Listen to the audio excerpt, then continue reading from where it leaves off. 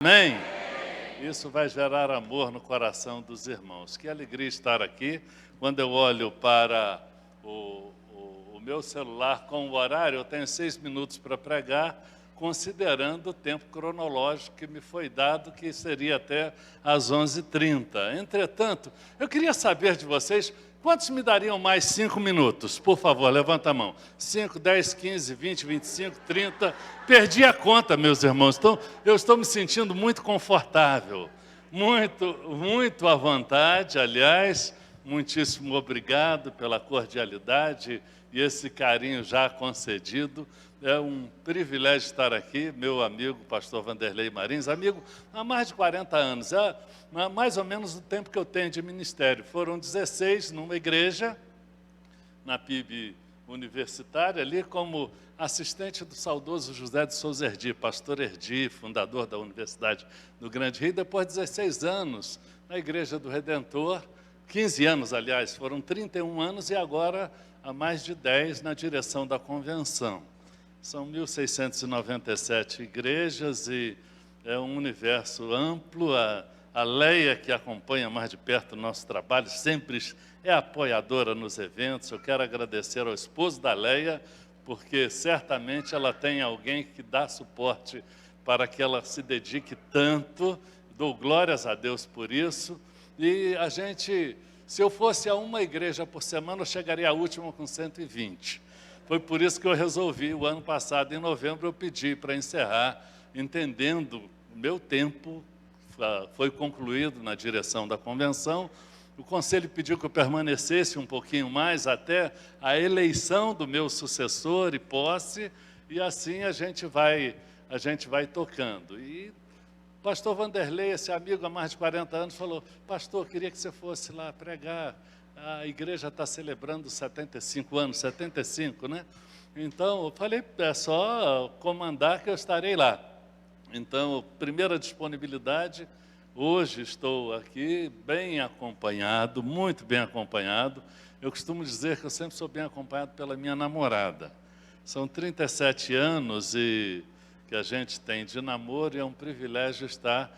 A Leia, que eu não sei se ela já me viu sem Venância, se viu foi uma ou duas vezes, porque minha sogra, ela andou com problemas de saúde, mas a gente tem um pacto de estar sempre juntos. Então, e não é uma coisa fácil para quem é empresária como ela, para quem tem um ministério muito diversificado como o meu, não é uma coisa fácil, mas a gente tem cumprido quase que, eu diria, 98% das vezes. Se você me vê sozinho,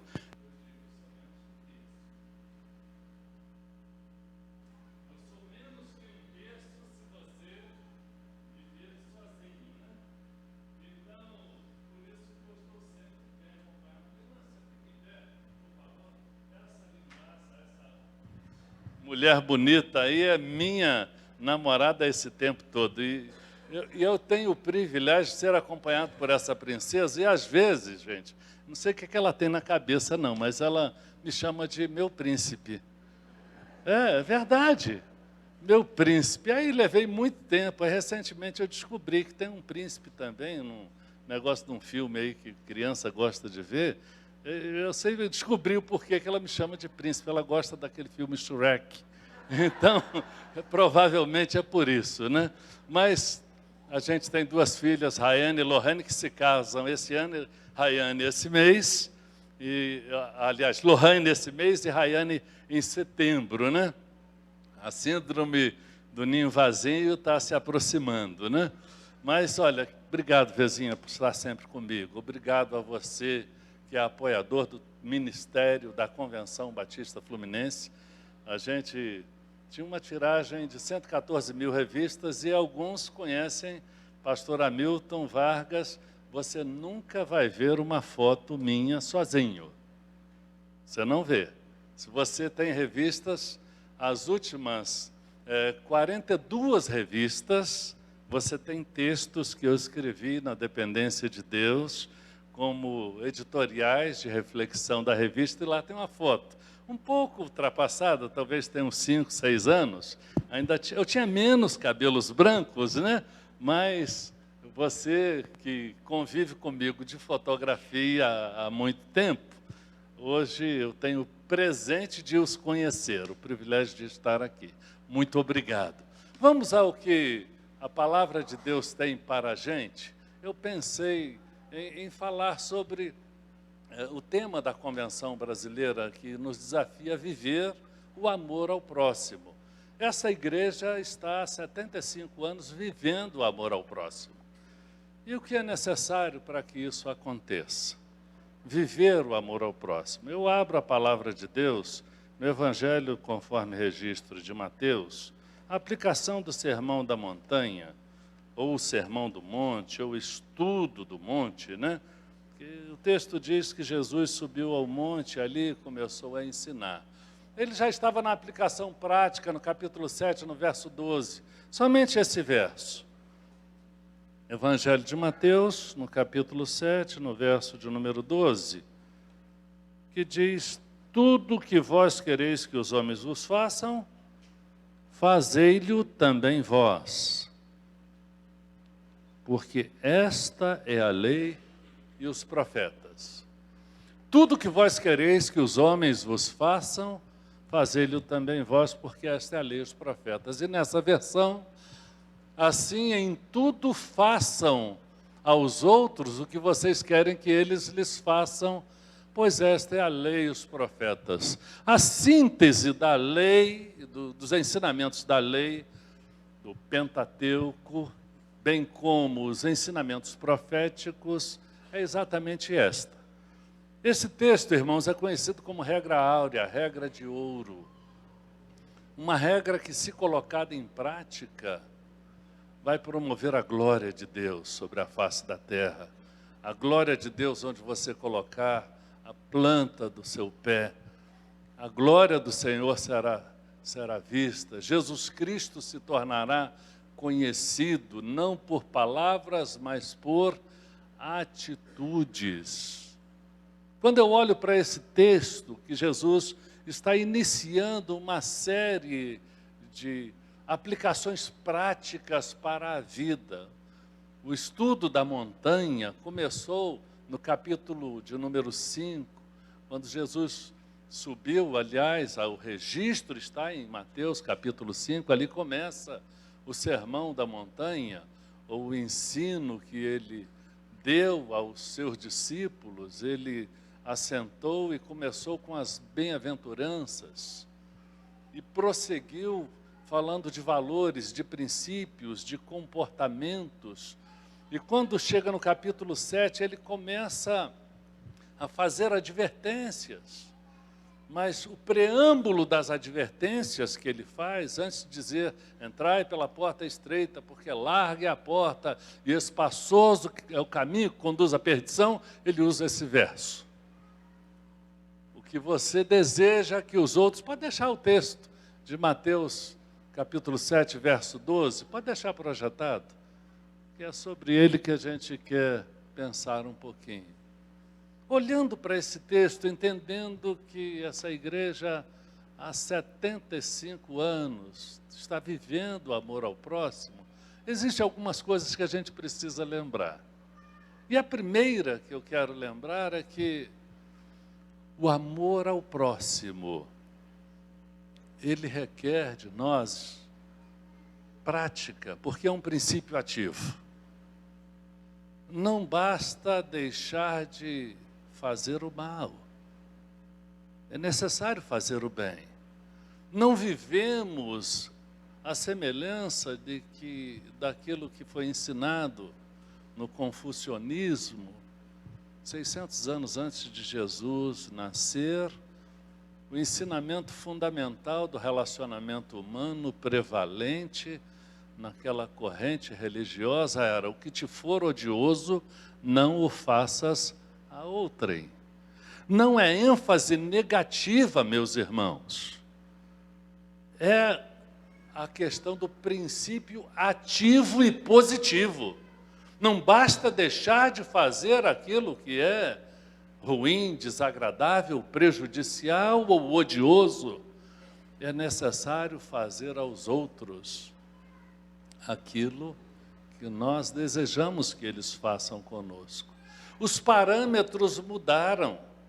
Houve uma época na experiência religiosa e espiritual do povo de Israel que imperou uma lei justa, advinda da lex talionis, ou a lei de Talião, o princípio da reciprocidade direta. Aqueles que são advogados já estudaram sobre isso, uma lei justa. Por que uma lei justa? A lei que diz: ouvistes o que foi dito nas palavras de Jesus, olho por olho e dente por dente. Era o que prevalecia na orientação da lei mosaica. Era o que prevalecia. Se alguém furou o olho de outrem, essa pessoa tem o direito de retribuir furando o olho por olho, mão por mão, pé por pé, assim. Era a orientação da lex talionis, a lei de Talião, ou seja, a lei da reciprocidade direta. Pastor, mas é justo, isso não é uma lei cruel? Olha, queridos, é considerado uma lei justa porque ela limita o poder do revide. Hoje em dia, uma discussão em trânsito, às vezes uma ofensa verbal tem como resposta um tiro. Segundo a lei de Talião, não poderia acontecer diferente, teria que ser uma ofensa verbal. Às vezes a pessoa do bate-boca parte para o bate na boca e, de repente, uma agressão mortal ou com lesão corporal grave. A lei de Talião era justa, só que Jesus transcende. Quando ele ensina: ouvistes o que foi dito, olho por olho e dente por dente, eu, porém, vos digo, amai os vossos inimigos, orai pelos que vos maltratam e vos perseguem. Meus amados, em outras palavras, esse texto que aí está, ele é a síntese daquilo que significa o verdadeiro amor ao próximo. Porque os referenciais mudaram. Houve uma época que o referencial era: não faça o que for odioso. E depois, já no contexto do povo de Israel, numa visão um pouco limitada daquilo que é o grande e infinito amor de Deus, havia reciprocidade direta, olho por olho, dente por dente. Aí Jesus vem e diz: olha, o parâmetro não é esse. Não é o que as pessoas te fazem que vai se constituir num paradigma do seu comportamento, da sua atitude. Não é o que as pessoas te fazem. Ao contrário, é o que você deseja que os outros te façam.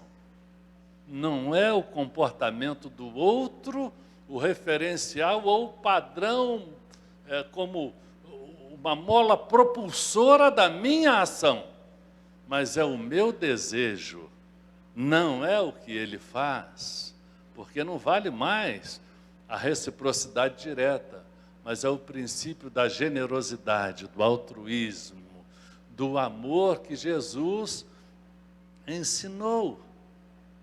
Paulo também copiou o exemplo de Jesus. A palavra de Deus nos ensina que quando você ama as pessoas que não te fazem o bem, ao contrário, te fazem o mal, você amontoa brasas de fogo sobre a sua cabeça. Ou seja, você atinge a consciência. Então, quando eu olho para esse texto e percebo que o meu desejo é o meu parâmetro de comportamento em relação ao meu próximo, ou às pessoas que estão ao alcance da minha voz, da minha ação, do meu contato, mesmo que seja virtual, eu preciso viver isso.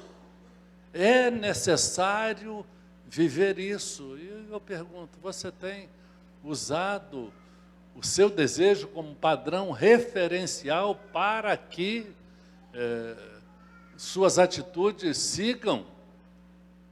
Como é que tem sido? Eu quero interagir um pouco com essa linda igreja. Quais são as minhas expectativas em relação ao comportamento dos outros? Ali eu leio tudo, assim em tudo façam aos outros.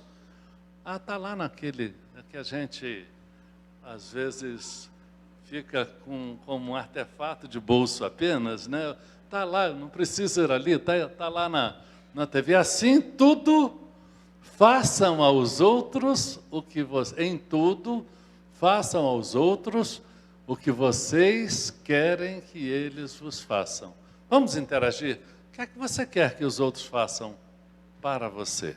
Quais são suas expectativas?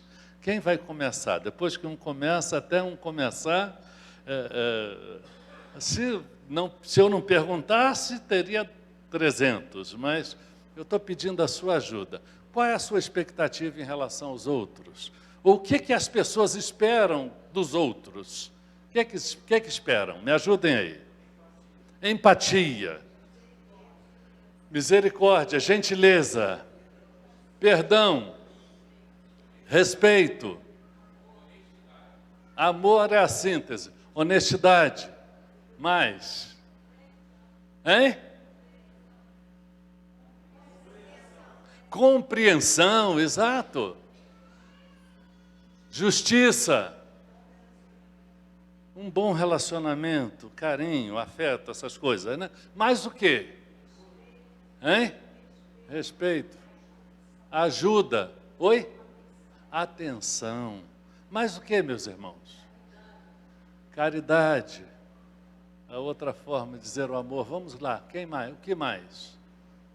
Existem 4 As que nos movem. Amizade. O que mais? Amor. Aceitação, afeição, aprovação e amor. Você pode aceitar a despeito de aprovar, e são coisas que... Desejamos tudo isso? Segundo Jesus, o que é que ele ensina? Tudo que você deseja que os outros vos façam, quais são suas obrigações? E aí tem um caráter imperativo. Façam. Na minha versão está fazei. Fazei aos outros tudo aquilo que vós quereis que os outros vos façam. É uma ordem. Fazer. É necessário fazer. Não basta desejar. Olha, se você for fazer uma lista, acho que a gente citou aí umas 30 atitudes. É muita coisa, é muita oportunidade de demonstrar amor. Existe um escritor que escreveu um livro intitulado As Linguagens do Amor. As linguagens do amor. Eu vou me lembrar, com o auxílio do meu celular aqui, eu vou me lembrar, Gary Chapman, ele escreveu as 5 linguagens do amor. Para acrescentar aí a lista dos irmãos, para que a gente na prática tenha uma noção, esse livro é uma boa recomendação. Palavras de encorajamento. Encoraja as pessoas. Tem gente que só puxa para trás e só joga para baixo. Encoraja as pessoas. Críticas destrutivas não estimulam a ninguém. Você demonstra amor através de toque físico e proximidade. Há pessoas que precisam ter a sua necessidade tátil. Tem gente que é muito auditiva, outras pessoas precisam de um abraço. Um psicólogo certa vez falou comigo, olha, um abraço de 8 segundos nutre uma pessoa por um dia inteiro, afetivamente. Um abraço de 8 segundos. Às vezes, o toque físico, a proximidade. Tem casais que não se beijam há muito tempo. Estão com o beijador enferrujado. Na verdade, toque físico e proximidade. Quer tocar? Hoje os adolescentes, os jovens, a garotada, às vezes tem até anciãos. O toque não é mais aquele toque de um abraço. Como é que é? É o soquinho. E depois da pandemia, então, esse negócio de soquinho pegou de tal jeito que a pessoa não tem mais aconchego. Demonstrar amor na prática, essa é uma das alternativas. Dedicar tempo de qualidade. Meus amados, deixa eu gastar um pouquinho daqueles 5 minutos adicionais, acumulativos que os irmãos me deram, né? Para falar uma coisa aqui. Eu lembrando da minha infância, eu sou do interior, do estado do Espírito Santo, da roça mesmo, onde, na minha infância, o pessoal, eu lembro da minha avó passando roupa, como é que era o ferro? Ferro a carvão. Alguém chegou a ver, nem que seja em fotografia, todo mundo... tem alguns aí que foram amigos de Matusalém, contemporâneos, mas não é o caso da maioria, não. Só é o meu caso, né? Mas como é que era aquele negócio de ferro a carvão? Meus irmãos tinham que fazer o fogo, arrumar a lenha, cortar a lenha, fazer a fogueira, pegar o carvão, colocar dentro de um ferro feito de ferro fundido e tinha que colocar ali e passar a roupa com aquele ferro. Meus irmãos, era um negócio, era uma obra de arte que tinha, tinha que assoprar para manter acesa. Agora tinha que ser craque para fazer aquele negócio sem queimar a roupa, não podia queimar a roupa. Aliás, e lavar a roupa então? Como é que era lavar a roupa, minhas irmãs? As que são minhas contemporâneas devem lembrar das avós fazendo isso, né? Então, mas para lavar a roupa, ia na beira de um córrego, pegava e batia a roupa na pedra. E o sabão era fabricado em casa. Então batia a roupa na pedra e depois botava na grama para quê? Quarar. Isso é coisa que a juventude nem sabe o que é. Botava para quarar a roupa, aí tinha um negócio para a roupa branca, usava-se uma pedra azulzinha, pedra de anil. Meus irmãos, vocês sabem tudo, né? Mas só que Deus inspirou alguém para criar eu diria, a 8ª maravilha do mundo para as donas de casa, chamada máquina de lavar e agora máquina de secar. Então, meus irmãos, vocês lembram como é que era deslocamento? Hein?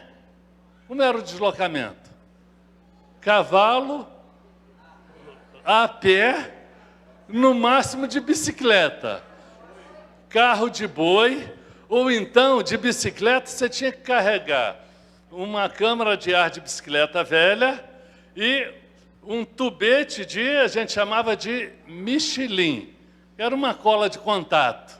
Esse camarada tem experiência, né? Mas não é velho, não. É experiência, que ele viu isso tudo em vídeo. Hoje o YouTube tem tudo isso, né? Mas, meus amados, imagina. E outras coisas, se você quisesse cozinhar, por exemplo. Fogão a lenha. E para arear as panelas? Areia, aquele sabão caseiro na beira do rio. Meus amados, olha, hoje é micro-ondas. E se você quisesse escrever uma carta, deixa eu alongar aqui. Escrever uma carta, tinha papel de carta.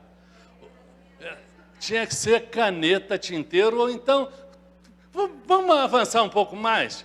A era da esferográfica. Era da esferográfica. Aliás, eu estive com um caligrafista essa semana, o cara cobra uma fortuna para escrever convites de casamento. E ele dá curso de caligrafia e cobra caro por isso. Porque os meninos hoje e meninas não sabem mais escrever. Muitos não sabem. Não consegue, que tudo hoje é o negócio aqui na mão e digitando para lá e para cá. Mas como é que era escrever uma carta? Com a esferográfica.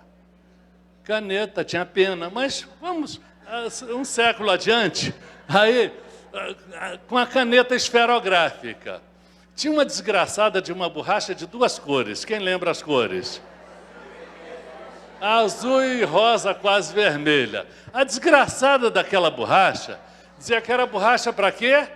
Para apagar a tinta. Tinha a borracha branquinha, que era a borracha de látex, que era para lápis, né?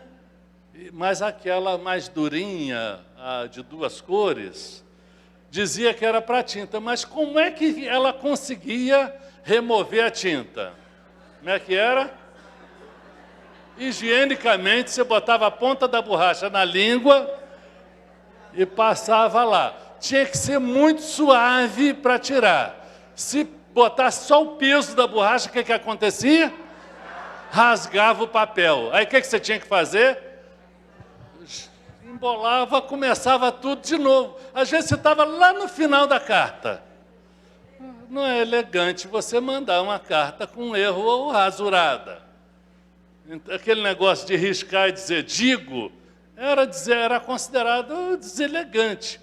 Meus irmãos, e para mandar aquela carta, você pegava a carta, ia no correio, chegava no correio, higienicamente comprava o selo e passava a língua, colava o selo, depois de colar, levava lá para o estafeta do correio, carimbaço, metia o carimbo, aí você pagava, aí depois colocava numa caixa. Com sorte, uma semana depois, você receberia aquela carta.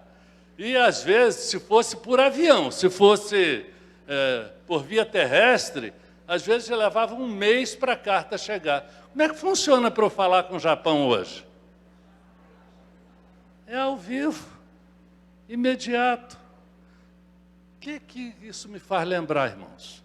Nós deveríamos ter mais ou menos tempo hoje? Que tudo levava muito tempo. Só que naquela época eu lembro que a gente acendia uma fogueira no terreiro, era o nome do quintal da roça lá da fazenda, né? Acendia uma fogueira no terreiro, o pessoal sentava em volta, puxava banco, improvisado, e batia papo, conversava. Tinha tempo para convivência, tempo de qualidade. Hoje em dia, às vezes, os amigos estão sentados no mesmo banco e não estão falando, não estão conversando. Eu reparei isso outro dia. As meninas conversando.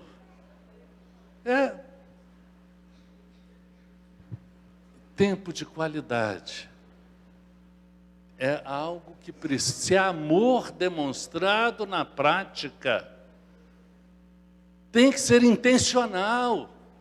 Requer sacrifício, disciplina, para reservar tempo, desligar o celular. Gente, como a minha princesa me orienta às vezes, né? Às vezes dá puxão de orelha também. Porque eu tenho 2 celulares. Um é só para o WhatsApp, que eu não respondo. Quer falar comigo, não manda mensagem no WhatsApp não, que provavelmente vai ficar no vácuo. Agora, se ligar, pode ligar até de madrugada, que eu não sou mal-humorado. Pode ser 3 da manhã, eu tendo ido dormir às 2, eu acordo e, na época que telefonia era caro, eu aproveitava para evangelizar.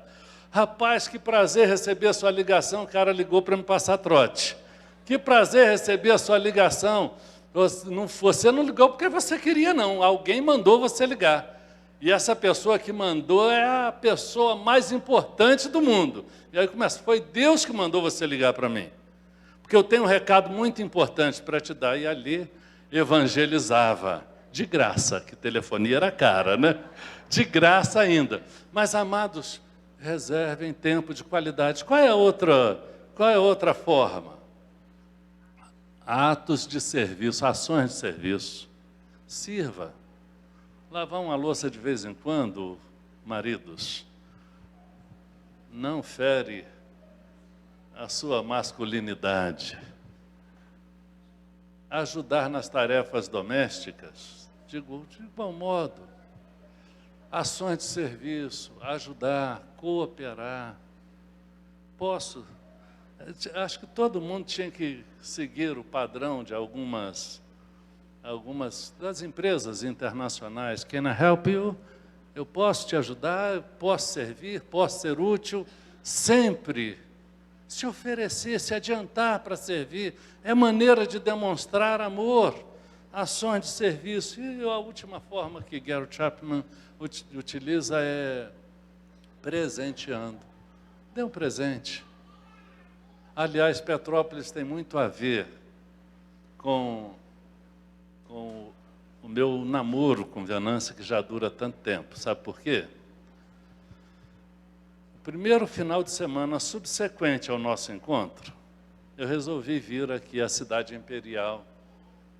Ela gosta de história. Aliás, o pai era historiador. Então, a gente veio para conhecer o Museu Imperial. Só que subindo a serra, aconteceu uma coisa, que ela ficou surpresa, né? Eu parei, a pista não era legal como é hoje, mas eu encostei, eu avistei uma florzinha azul, lá no meio do mato, no alto. É uma flor que é trepadeira, né? Na árvore, eu parei o carro, subi a árvore e peguei aquela florzinha, desci e não disse nada. Mas ela se emocionou. Um dia eu perguntei a ela, assim, de surpresa, numa palestra que eu estava fazendo sobre questão de relacionamento familiar, eu perguntei para ela, qual foi o presente mais importante que eu já dei para você? Sabe qual foi? Não foi o carro 0 km do último modelo top de linha, com laço de fita vermelho, não foi não. Foi aquela florzinha petropolitana. Foi aquela florzinha. A questão não tem necessariamente a ver com o valor. Às vezes é o olhar, a forma, é o gesto de carinho. Dê presentes. Não apenas presentes úteis para casa. Isso é uma grosseria que se faz. Não é isso não. Se você não sabe como, homens, se você não sabe como, peça assessoria. Tem um monte de assessoras aqui. Né, irmã Leia? Que é uma pessoa muito elegante. Chega para a irmã Leia e pergunta. Chega para outra, chega para a Silvana e pergunta, o que você acha que agradaria a minha esposa? E faz surpresa. E às vezes não tem a ver com questão monetária. Meus amados, precisamos praticar isso que Jesus ensinou. Façam aos outros aquilo que você deseja que eles façam. Para você é imperativo, é imperativo. E para finalizar, eu vou usar uma ilustração, porque, embora eu tenha preparado um sermão com uns 30 slides, eu cheguei a entregar, aliás, você da projeção, obrigado.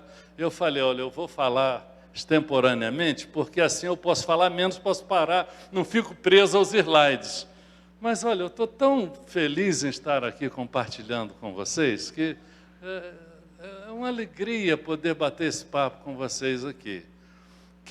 Leia, me ajuda aí, recolhe aí 10 identidades. Quem está com carteira de identidade que pudesse empresta para a Leia, rapidinho. Eu vou pedir, a Leia, pedir o Carlos também, por favor. Ajuda a coletar as identidades aí, por favor. Quando chegar a 10, Leia, para. Quando chegar a 10, para rapidamente, muito rápido. Muito rápido, muito rápido. Muito rápido, muito rápido. Isso é uma ilustração. Já é o bastante, está aqui. Tem aqui, tá bom. Excelente. Agora eu quero aqui 20 voluntários diferentes, mas com rapidez. preferencialmente, rapidamente, jovens, rapidinho, 20 voluntários. Aí eu vou, embaralhei, pessoas que não deram identidade preferencialmente. Quem não deu identidade? Vem outros aqui, está faltando muita gente. Já que não, deixa eu dar essa para você, eu não sei quem é. E vocês vão ter que devolver essas identidades para as pessoas, tá? Vão ter que devolver a identidade para as pessoas. Mais 3 voluntários aqui. 1, 2, 3. Devolva a identidade. Vocês têm 1 minuto para fazer isso. 1 minuto para fazer, no máximo. 55 segundos. Você tem 50 segundos. 50 segundos. Você tem agora 40 segundos. Você tem 35 segundos. 35 segundos. 35 segundos. 30 segundos, ou seja, não gastou nem 1 minuto. Ué, por que é que vocês conseguiram devolver as identidades para os seus respectivos donos? Hein? Você conheceu, através de características ali, impressas na carteira de identidade. João 13:35. Texto áureo do tema da Convenção Brasileira para esse ano. Vivendo o amor ao próximo. Nisto todos conhecerão que sois meus discípulos, se tiverdes amor uns aos outros. João 13:35, por favor. Com isto todos saberão que vocês são meus discípulos, se vocês amarem uns aos outros. O que é isso, irmãos? A carteira de identidade do cristão. Quando você ama as pessoas, você vai ser identificado como cristão. Não existe estratégia evangelística melhor. É essa aí porque Jesus ensinou. As pessoas vão ver que vocês são crentes através do amor. E vão perceber quem são os ímpios pelo desamor, pela incompreensão, pela falta de capacidade de se dedicar aos outros. Fala agora para mim aqui. Deus falou contigo durante esse bate-papo nosso aqui? Mostrou que tem uma pessoa que você precisa amar mais? Faz assim, ó. Espera aí, gente. Vamos demonstrar? Deus falou com você e disse, você precisa demonstrar amor. Ele te fez lembrar de alguém? Levanta a mão bem alto. Eu estou feliz com isso. Eu preciso amar mais. Eu preciso colocar em prática. Isso é a minha identidade primária. Segundo Jesus, é através do amor que nós somos identificados. E às vezes amar aquelas pessoas que não são amáveis. Na sua vida tem gente que é difícil amar? Tem. Ô glória, misericórdia, né? Tem muita gente, mas precisam ser amadas. É necessário demonstrar amor a essas pessoas. Eu lembro de uma cena que foi muito marcante. A Globo mostrando a miséria no Nordeste. Com isso eu vou terminar. E um garotinho magrinho com um outro, enganchado assim, na sua cintura, e ele carregando. Só que o magrinho carregava o mais pesado, que tinha um barrigão enorme, parecia ser problema de ascaris lumbricoides. Então, enganchado ali. E ele andando todo torto. O jornalista chegou perto dele e perguntou assim, menino, essa carga não é muito pesada para você, não? E ele disse, É carga não, moço. É meu irmão. Entendeu? É carga não. É meu irmão. Aquela mala sem alça que você considera, às vezes é o teu irmão. Se não é teu irmão, é teu próximo. Se é teu próximo, é preciso amar. Tem que amar.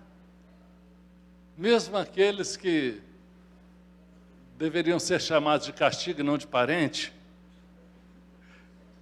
precisam ser amados. Aquela moça ali pensou na sogra. Eu não falei nada, mas ela pensou, certamente. É preciso amar.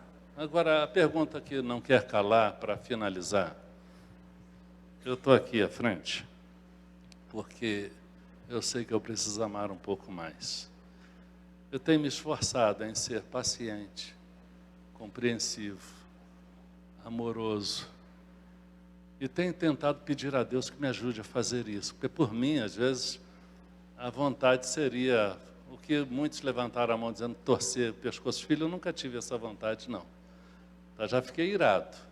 Vontade de tirar o cinto, torcer o pescoço, não. É radical demais. Mas é preciso amar. Eu pergunto a você, você também quer colocar isso em prática? Não vai ser por seu esforço. Através do Espírito Santo obrando no seu coração, você vai conseguir. Você, como eu, precisa da ajuda de Deus para isso? Vem aqui para eu orar por você agora, por favor. Você precisa da ajuda de Deus para demonstrar esse amor? Eu preciso. Se você também precisa, vem aqui, para a gente orar juntos. Como pessoas dependentes do Senhor, que sem o milagre do Senhor em nossas vidas, a gente não vai conseguir amar, não. Vem aqui, por favor. Tem alguma pessoa difícil de ser amada? E você quer amar essa pessoa, quer ter a sabedoria de Deus? Quero encerrar assim. Pode sair do seu lugar e vir aqui.